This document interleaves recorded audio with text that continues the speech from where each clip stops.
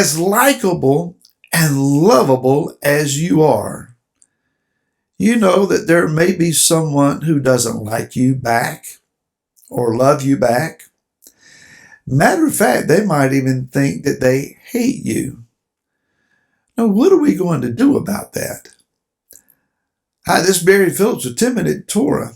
Day number 5 of the Torah portion, Mishpatim. Let's go to Shemot or Exodus chapter number 23, and I want to read the first 8 verses. Bear with me. Do not bring a false report.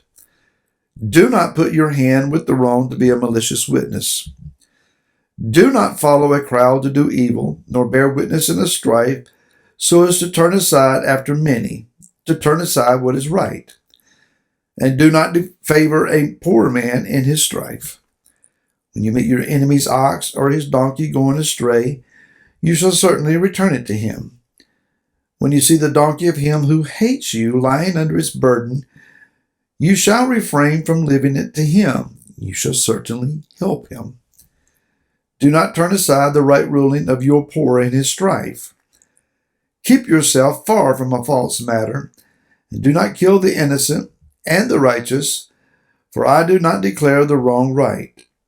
Do not take a bribe, for a bribe blinds the seeing one and twists the words of the righteous. It's a little bit of a chiastic structure here. Verse 1 talks about the false report, not putting your hands with a malicious crowd. Verse 8 also talks about what your hand would do, taking a bribe. So on one side, don't put your hand to the wrong crowd, and on the other side, don't let your hand take a bribe. Verse 2, do not follow a crowd to do evil. Verse 7 says, keep yourself far from a false matter. Don't follow those on either side that are caught up in a wrong matter. Verse 3 says, do not favor a poor man in his strife. Verse 6 says, do not turn aside the right rule and your poor in his strife. What's left in the middle are these two center verses, verse 4 and 5, dealing with those that hate you and their animals of burden. Now, what's the difference?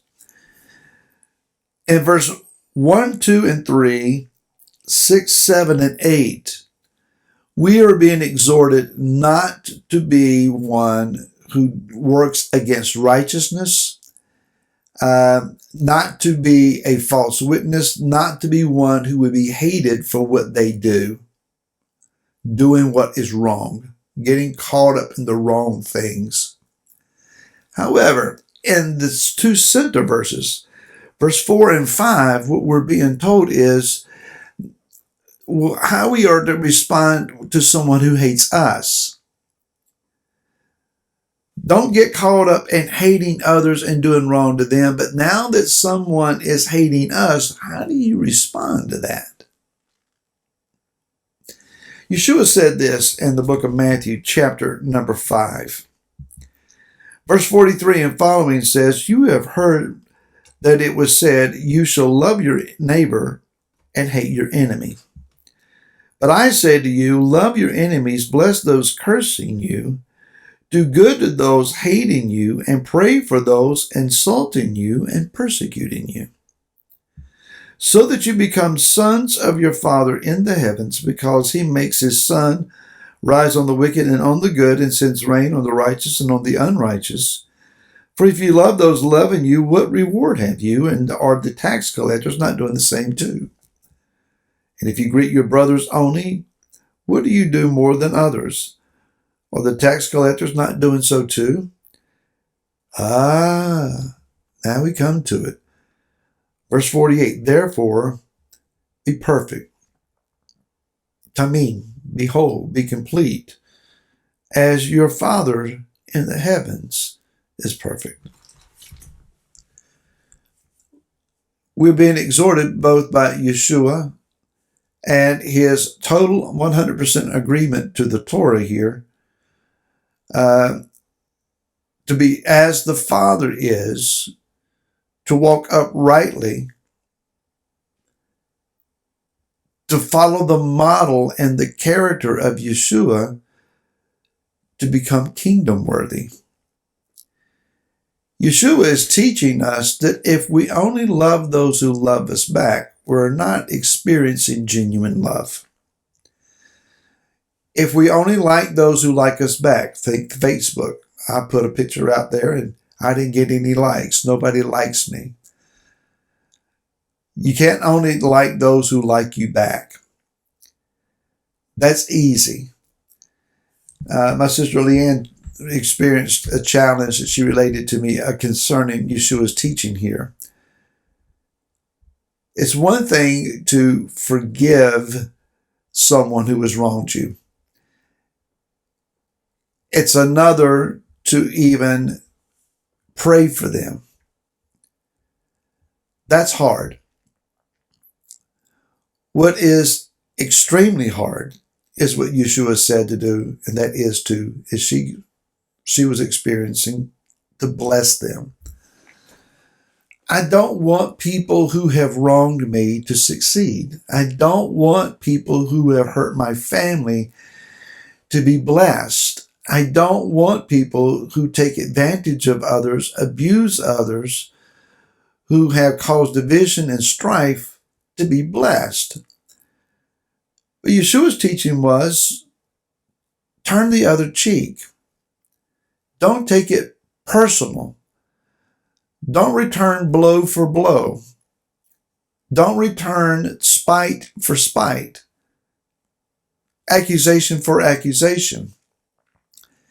If we're standing yelling in the room with someone and we're only yelling, what are we accomplishing? I recently saw a stream of pictures where people were screaming at each other over who knows what the incident would be in the American public.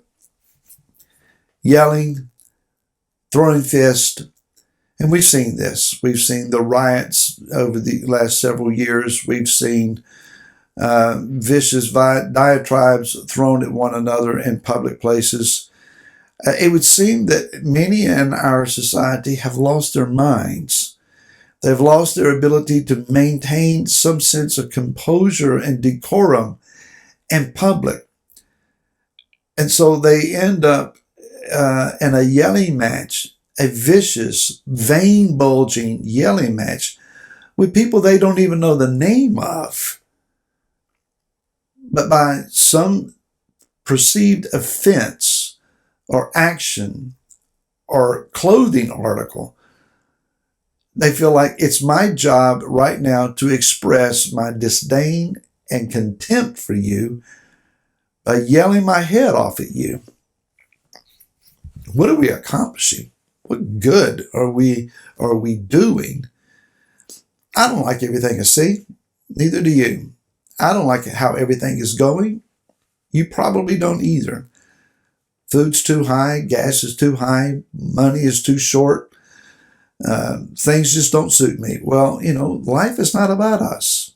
It's about the kingdom. This is preparation days and opportunities for the kingdom. And so we are being exhorted, don't be the source of someone's upset. Don't treat others wrongly. Don't favor someone because they're poor when they have wronged those that are not poor. Later on, the judges are exhorted, do not look at any man's face. Don't take into account their lot in life. If they did wrong, regardless of where they came from and how they were raised, if they did wrong, they're accountable. We are accountable for our actions. But we're also accountable for those, how we treat those and how we respond to those who have wronged us. If they're in trouble, help them. If they're thirsty, give them something to drink. If they're hungry, give them something to eat. If they're needing shelter and clothing, that's your responsibility. It's mine. These things are not easy. But then the kingdom is an exalted place for people who've learned to live an exalted life.